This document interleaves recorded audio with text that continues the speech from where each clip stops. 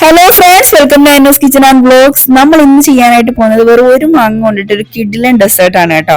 നമുക്ക് എല്ലാവർക്കും റെഡിയാക്കി എടുക്കാൻ പറ്റുന്ന അടിപൊളി ഒരു ഡെസേർട്ട് ആണ്. മാംഗോ സാഗോ ആണ് നമ്മൾ റെഡിയാക്കി എടുക്കാനായിട്ട് പോകുന്നത്. എന്തായാലും നമുക്ക് വീഡിയോയിലോട്ട് പോയി നോക്കാം.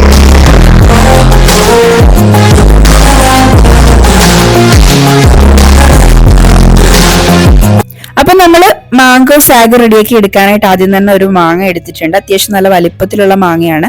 ചെറിയ മാങ്ങയാണെന്നുണ്ടെങ്കിൽ നിങ്ങൾക്ക് 2 മാങ്ങ എടുക്കാം. ഇതിന് അത്യാവശ്യം നല്ല പ്യൂരി കിട്ടുന്ന ഉൾഭാഗത്ത് നല്ല മാംസമുള്ള മാങ്ങയാണ്. അപ്പൊ അതുപോലത്തെ മാങ്ങ എടുത്തു കഴിഞ്ഞാൽ നിങ്ങൾക്ക് നല്ല രീതിയിൽ ഇതിന്റെ പ്യൂരി കിട്ടും.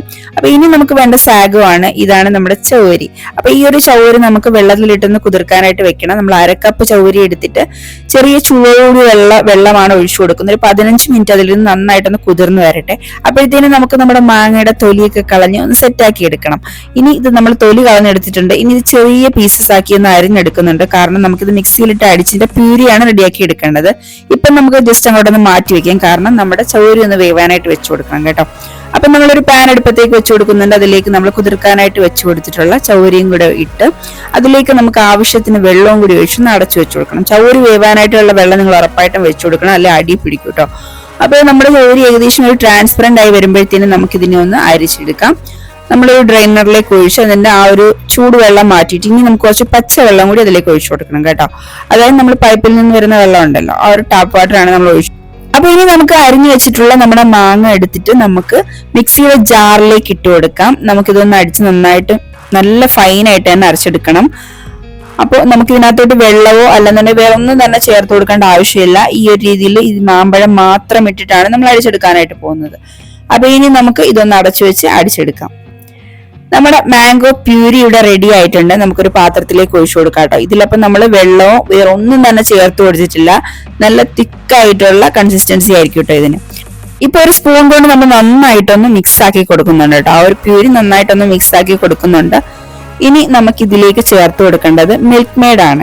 ഇപ്പൊ മിൽക്ക് മെയ്ഡ് നിങ്ങളുടെ അടുത്ത് ഇല്ല എന്നുണ്ടെങ്കിൽ ഞാൻ പറയാണ്, നിങ്ങൾക്ക് ഒരു ഓപ്ഷൻ ഉള്ളത് ഈ മാമ്പഴത്തിന്റെ കൂടെ നമ്മൾ മിക്സിയിൽ മാംഗോ പ്യൂരി റെഡിയാക്കുന്ന സമയത്ത് അതിലേക്ക് നിങ്ങൾക്ക് കുറച്ച് പഞ്ചസാരയും കൂടി ഇട്ട് കൊടുത്തിട്ട് അടിച്ചു കൊടുക്കാം. ഈ മിൽക്ക് മെയ്ഡ് ചേർക്കുന്നതാണ് നല്ലത്. ഇല്ലാത്തവർക്ക് അങ്ങനെ ഒരു ഓപ്ഷൻ കൂടെ ചെയ്യാം. കാരണം നമുക്ക് ആവശ്യത്തിനുള്ള മധുരം നമ്മൾ മിൽക്ക് മെയ്ഡ് ചേർത്തിട്ടാണ് എടുക്കുന്നത്. അപ്പൊ അതില്ലാന്നുണ്ടെങ്കിൽ നിങ്ങൾക്ക് ആ ഒരു ഓപ്ഷൻ ചെയ്യാം.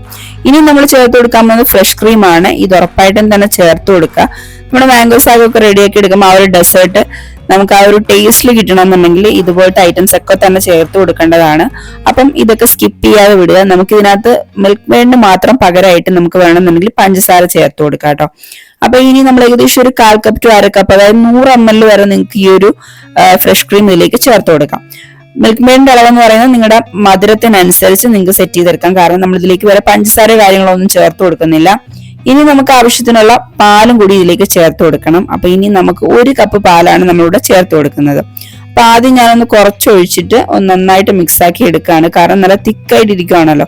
അത് നന്നായിട്ടൊന്ന് മിക്സ് ആക്കി എടുത്തതിന് ശേഷം നമുക്ക് ബാക്കി പാലും കൂടി ഒഴിച്ചു കൊടുത്ത് നല്ല രീതിയിലൊന്ന് മിക്സ് ചെയ്തെടുക്കണം. നമ്മൾ സ്പൂൺ കൊണ്ട് തന്നെ നന്നായിട്ട് തന്നെ മിക്സ് ചെയ്ത് കൊടുത്താൽ മതി.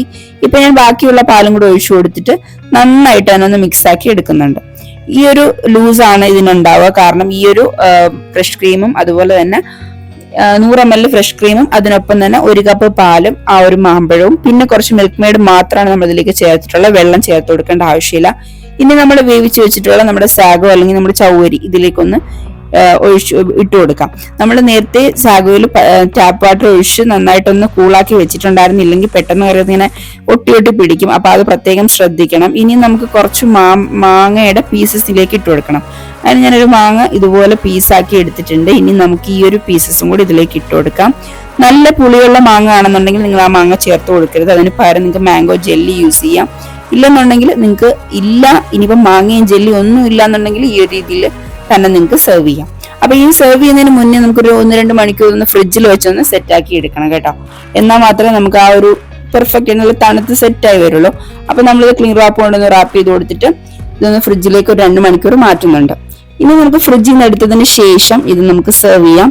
അപ്പൊ നമ്മുടെ മാംഗോ സാഗോ ഇവിടെ റെഡി ആയിട്ടുണ്ട്. നമ്മൾ ഓൾറെഡി മാംഗോ ഒക്കെ ചേർത്തിട്ടുള്ളത് കൊണ്ട് തന്നെ ഇനി നമുക്കിത് സെർവ് ചെയ്യാൻ നേരം വേണമെന്നുണ്ടെങ്കിൽ ഒന്ന് ഗാർണിഷ് ചെയ്യാൻ വേണ്ടി ടോപ്പിൽ കുറച്ചിട്ട് കൊടുക്കാം.